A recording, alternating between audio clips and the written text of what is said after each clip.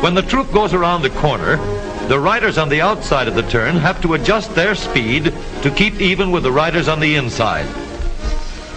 The man on the outside has to ride a lot farther and a lot faster in order to keep up with the parade. The outside wheels must spin faster than the wheels on the inside because they have a greater distance to travel in the same length of time. When a wagon turns a corner, the wheels can travel at different speeds because each one can turn freely on the axles. And in the early automobiles, the rear wheels turned separately and only one wheel was connected to the engine. But when only one wheel was driven by the engine, it had to do all the work, and it couldn't get a good enough grip on the road to do its job properly. So the one-wheel drive was soon out of date. But if two wheels are locked on an axle so that they are not free to turn separately, one or the other has to slide. So engineers had to find a way to connect both rear wheels to the engine without sliding and slipping on turns. The device which makes this possible is a part of the rear axle. It is called the differential because it can drive the rear wheels at different speeds. The differential looks complicated, but once we understand its principle, it is amazingly simple. These two wheels are mounted on separate axles and supported by a frame so that they can revolve freely at different speeds. Let's fasten a spoke on the inner end of each axle so that by turning the spokes, we can turn each wheel separately. With a bar or crosspiece, we can turn both wheels in the same direction at the same rate of speed. Let's get something to hold this bar in place so that it will press against the spokes. Notice that this support is not locked to the axle. It turns freely. Now we can spin the wheels by rotating the support. This is fine as long as both wheels are able to turn at the same speed. But let's see what happens when we go around the corner.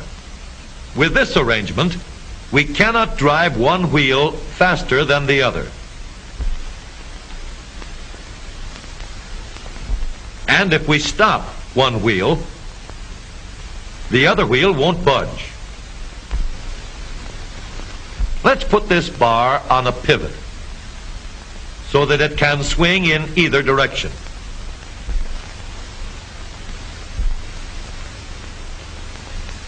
Now, the bar can still turn both wheels at the same speed. And because it pivots, it lets one wheel turn even when the other is stopped. But if turned too far, the bar will swing around until it won't drive the spokes that turn either wheel. We need another crossbar and more spokes to carry on the job. When we stop one wheel, the crossbars will continue to push the spokes of the free wheel around. As long as both wheels are free to turn, the bars do not swing on their pivot, and the wheels move at the same speed. Now we have the working principles of a differential. To adapt the model for use in an automobile, we will have to make a few changes. In order to reduce the jerky action caused by wide spaces between the spokes, we will put in more spokes. Further filling in the spaces between the spokes gives steadier, more continuous action, and changing the shape gives firm, constant contact. Now we can make the gears thicker and stronger, and we have differential gears. The edges are cut so that they will fit together more smoothly and silently, and another gear is added to share the work of driving the axles. The principle is the same. In order to turn the support and drive the wheels, we can fasten a large gear here. connected by a smaller gear to a source of power.